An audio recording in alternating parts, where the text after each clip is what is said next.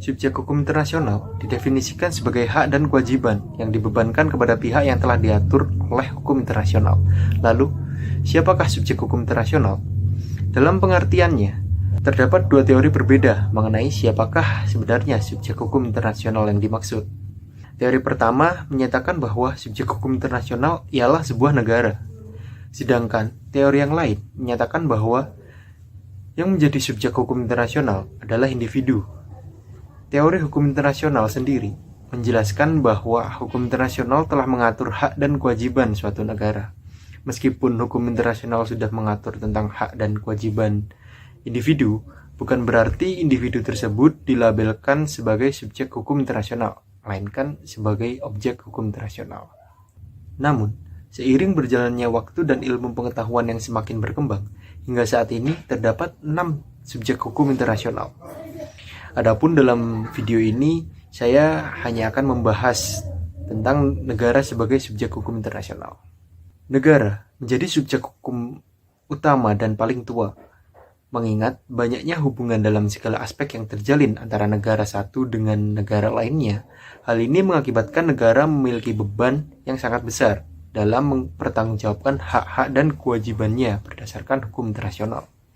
Kemudian, berdasarkan pasal 1 Konvensi Montevideo, pada tahun 1933 terdapat beberapa unsur yang harus dimiliki oleh suatu negara untuk memenuhi syarat sebagai subjek hukum internasional.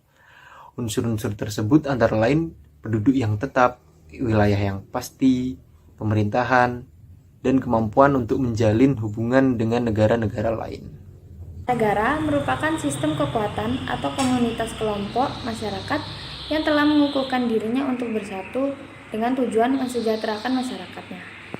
Nah, masalah asal-muasal negara ini masih menjadi perdebatan dalam ilmu politik karena sukarnya menemukan bukti-bukti yang meyakinkan dan menyangkut genetika negara pada saat pertama kali negara tersebut dibentuk. Maka dari itu muncul banyak teori tentang asal-muasal negara. Nah, terjadinya negara ini terbagi menjadi dua proses pendekatan, yaitu pendekatan secara faktual dan pendekatan secara teoritis.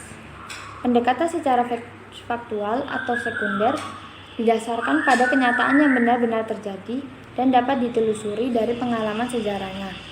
Contohnya, jika suatu negara belum ada yang menguasai kemudian diduduki. Yang kedua, jika suatu negara melepaskan diri dan menyatakan kemerdekaannya. Kemudian yang ketiga, jika suatu negara melakukan fusi atau peleburan. Yang keempat, suatu negara yang pecah dan lenyap lalu membentuk negara baru di atas wilayah tersebut. Yang kedua adalah pendekatan teoritis atau pendekatan primer. Pendekatan teoritis ini didasarkan pada penggunaan metode falsafah dengan membuat dugaan-dugaan berdasarkan pemikiran yang logis.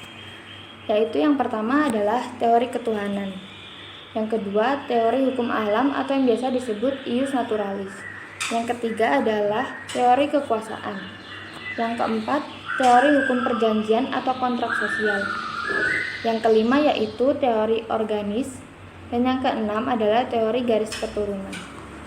Bentuk negara itu terbagi menjadi dua, yaitu negara kesatuan atau unitaris, dan yang kedua negara serikat atau federasi. Nah, negara kesatuan merupakan negara yang berdiri sendiri dan tidak tersusun dari berbagai negara lainnya, sehingga tidak ada negara di dalam negara tersebut. Negara kesatuan hanya dipimpin oleh satu pemerintahan dan satu kepala negara. Sedangkan negara serikat merupakan gabungan dari sekian banyak negara yang berdiri sendiri. Nah, setiap negara gabungan tersebut memiliki pemerintahannya sendiri dan bersifat polisentris, yaitu memiliki pusat yang banyak. Aturan hukum berasal dari sebuah kebiasaan masyarakat yang telah ada maupun berdasarkan landasan hukum yang telah dilakukan oleh dua atau lebih sebuah negara sebagai salah satu subjek hukum internasional yang telah diakui keberadaannya. Menurut Tarr, hukum internasional berasal dari sekumpulan hukum yang sebagian besar terdiri atas asas-asas atau prinsip-prinsip, dan karena itu berasal dari sebuah prinsip maka biasanya akan ditaati oleh sebuah negara. Friedrich von Hayek memberi pendapat bahwa setidaknya ada 3 konsep utama dari rule of law. Yang pertama adalah umum atau generality. Maksudnya adalah aturan hukum haruslah berlaku kepada semua orang dan mengikat semua orang. Yang kedua adalah kesetaraan atau equality. Maksudnya adalah aturan hukum yang dituntut untuk memperlakukan setiap individu secara sama dalam setiap peraturan hukum. The rule of law tidak mengenal pengecualian bagi pejabat pemerintah atau orang-orang yang memiliki pengaruh terhadap negara. Yang ketiga adalah kepastian hukum atau certainty. Maksudnya adalah hukum dapat diprediksi sehingga subjek hukum yang melanggar aturan hukum dapat memprediksi aturan apa yang dapat didasari dalam menghukum perilakunya. Atribut negara merupakan ciri khas sebuah negara dan yang membedakan antara negara satu dengan negara lainnya. Berikut ini adalah beberapa atribut sebuah negara. Yang pertama ada demografi. Perhitungan penduduk sangat diperlukan untuk mengetahui bagaimana populasi diorganisasikan, ukuran serta komposisinya. Dengan perhitungan tersebut, pemerintah dapat memperkirakan pembagian sumber daya kepada rakyatnya dan mengetahui perekonomian sebuah negara. Yang kedua adalah geografi. Geografi adalah atribut negara yang penting atau berpengaruh untuk pengambilan kebijakan luar negeri. Karena geografi adalah penggambaran kondisi fisik permukaan bumi. Geografi di sini yang dimaksud adalah sebagai akses ke pelabuhan, wilayah strategis, dan batas negara. Seperti ketika ingin melakukan investasi ke sebuah negara, maka akan memikirkan apakah negara sebagai tujuan investasi tersebut memiliki wilayah yang menguntungkan. Yang ketiga adalah ukuran wilayah. Ukuran wilayah suatu negara mempengaruhi bagaimana cara membuat kebijakan luar negerinya. Hal tersebut dapat terjadi karena semisal negara-negara kecil pasti memilih membangun aliansi dengan negara-negara tetangga karena lebih menguntungkan. Yang keempat ada sumber daya alam. Yang kelima ada sistem politik. Yang keenam ada kapabilitas militer. Contohnya seperti negara yang memiliki kekuatan militer besar, mereka cenderung melakukan diplomasi koersif karena merasa mampu memberikan pengaruh atau tekanan terhadap negara lain. Yang ketujuh ada kapabilitas ekonomi. Perekonomian suatu negara sangat penting juga untuk kepentingan kebijakan luar negerinya. Kekuatan perekonomian negara berpengaruh terhadap bagaimana negara tersebut bertindak karena antar negara saling bergantung dalam urusan perekonomian. 5 cara perolehan wilayah. Yang pertama ada akresi. Akresi ini adalah penambahan wilayah yang terjadi secara alami, di mana penambahan wilayah ini terjadi biasanya tanpa campur tangan manusia.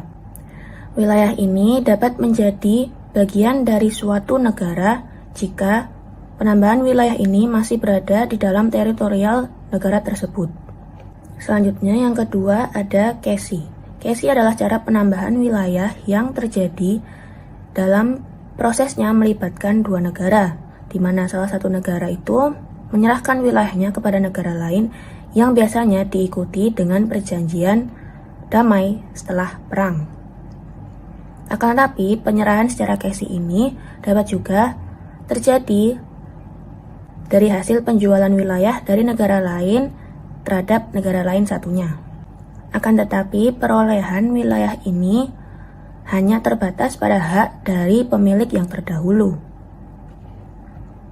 Cara perolehan wilayah yang ketiga adalah secara okupasi. Okupasi adalah penambahan wilayah atau perolehan wilayah yang didapatkan oleh negara di mana wilayah tersebut memang tidak bertuan dan telah diduduki dalam waktu yang lama.